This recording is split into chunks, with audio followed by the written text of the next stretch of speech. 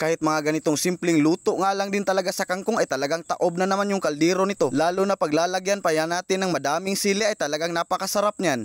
Ha, grabe hanga. Dahil nag-ayaan na naman kami ngayong araw na mag food trip naman daw. Syempre ano pa bang madaling takbuhan natin dito yung malapit nga lang din sa bahay namin. Sakto din kasi napakaraming kangkong dito ay paniguradong adobo na naman to. Sila nga lang din pala muna yung nanguha kasi may mga sugat pa tayo at bawal muna tayo sa putikan. Baka magkabakterya pa yan ay talagang matagal nang gagaling yan. At sa sobrang ang laki ng lagayan na dinala namin dito, imposibleng hindi mapuno sa sobrang dami naman dito ng kangkong. Baka marami na namang magsasabi dyan na sobrang dumi naman ang kinuhaan nyo. Wala na din naman sigurong madumi lalo na kapag masarap din yung pagkaluto. Dito nga pala kami sa gilid ng palayan ng uha at wala na din naman tong spray kasi malapit na rin naman mahinog itong mga palay. Pakita daw kuha ba? So guys, daghan-daghan nagkuha guys. Okay na. Pwede na ilaw guys. Pwede na. Oh yeah. Pagkatapos nga nila manguha ng kangkong ay bumili nga lang din pala tayo ng toyo at oyster na gagamitin naman natin sa pagluto mamaya. Tinansya nga lang din pala nila yung mga nakuha nilang kangkong na sakto naman maubos naming 3. At kailangan din palang himay-himayin yan. Kapag hindi yan hinimay-himay ay talagang masangit yan sa tutunla natin. Para dali na siya kung anong to kayo hagpaton. Paakon ro na. Ang ngipon ng ipon. Nag-iisip ang ngipon ng ipon.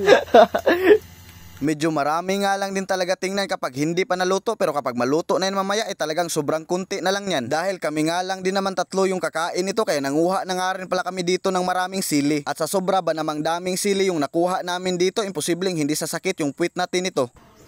Ubay-ubay gud atong sili guys, daghan-daghan yan eh. Habang nagpaapoy nga yung isa nating tropa at nagsimula naman tayo dito magayat ng mga rekado para makapagsimula na nga rin pala tayong magluto. Bawang, sibuyas, sili nga lang din pala yan at all goods na nga rin yan. Dahil kahit simpleng luto nga lang din pala sa kangkong yung gagawin natin dito ay kailangan pa rin natin talaga ng mga rekado. Dahil pag di natin nilagyan ng mga rekado at diretso nga lang din pala nating gisahin itong kangkong ay iwan ko lang kung masarap pa ba yan. Muna guys, kitabangan niya hiwa kay dinamato.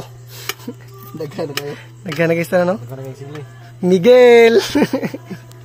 Boss lo yo, boss yung Mr. 3 patay, tapi guys. Saraw dito kasal. Para mga gaw. At sinimula na nga rin pala nating ginisa dito yung bawang, sibuyas, sili na nagayat natin kanina. Okay.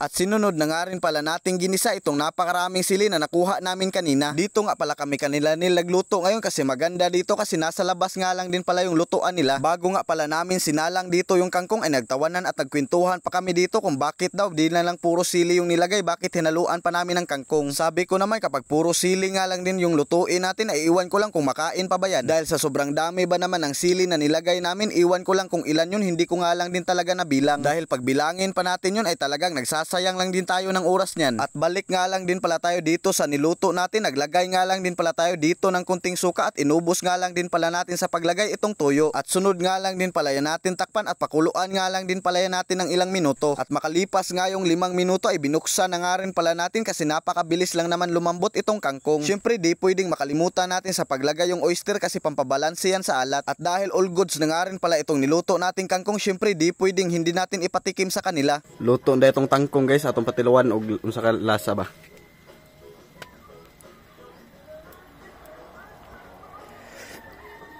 All goods.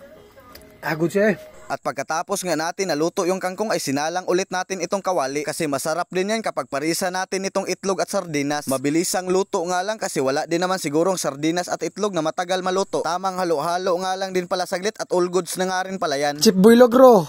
Oh? Ay ilatag na yan natin sa kanin, baka matapon pa yan ay talagang wala tayong makain yan. Di na nga rin pala yan natin ginamitan ng pandandok kasi masarap daw kapag kamayin. Pag mga ganitong sit-upan ba naman sa kainan ay talagang siguradong mapapadami yung kain natin ito. Kaya hanggang dito na nga lang din pala muna yung voice over natin guys at sabayan nyo nga lang din pala muna kaming kumain. Darag tubig ng natay. Bauta. Adobo niya. Ha, grabe hanga. Puro sili akong pakan.